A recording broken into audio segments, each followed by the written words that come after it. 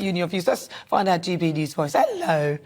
Hello. So who have we got then? We've got, let's start with you. First GB viewer. Is that Julie? Julie Hi, Ford. Nana. Yes, it is. Thanks for having me on again today.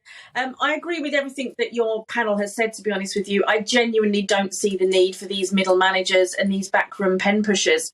You know, we are able to have common sense. We are able to work most of this out for ourselves.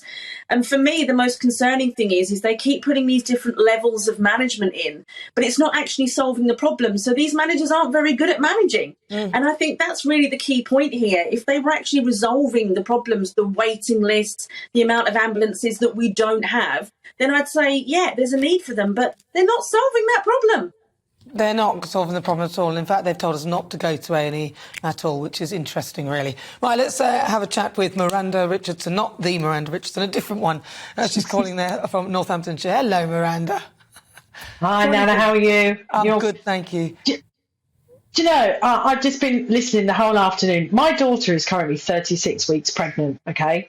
And she's got to go in for some blood tests, as well as seeing her midwife for some other blood tests. So she said, well, can't I just have one set of blood? You're going to take the same blood, ironically.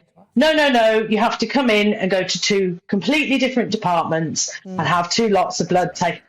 It's like, this is just bonkers. And that's, you know, that's a really small example on a really small scale.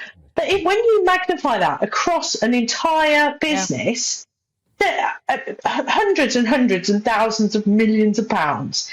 But it's okay because there'll be somebody in an office somewhere that will communicate out to a team that's probably a really good idea that they send her for two sets of blood tests. Well, and they're probably paid 3 times the amount of the nurse that's going to be taking the bloods. Listen, Miranda, they do it all the time. They do it all the time with letters. You get 2 letters, 3 letters of the same thing.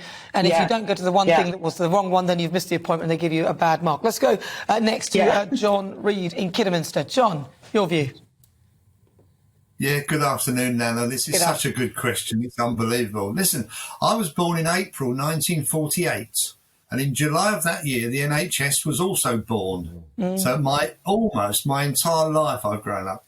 Age 16, I had an accident and an ambulance was called. I was taken to the local hospital, Ashford in Middlesex, and I was treated in the A&E. I stayed in a week and I came home. Would that happen today? No, of course it wouldn't. And why wouldn't it? Because there's bloody queues a mile long of ambulances. Words fail me. There is so much dead wood in the NHS.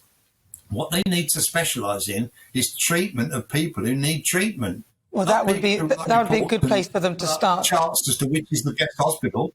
Yeah, rubbish. Well, listen, it's rubbish. It is, John. Thank you very much for that. Although you did swear, so we'll take out the swear. Apologies if anyone was offended by that, but we understand why you said it. John, thank you so much. Thank you so much, my great British voices. Julie in Bedfordshire, Miranda in Northamptonshire, and John Reid in Kidderminster. Thank you.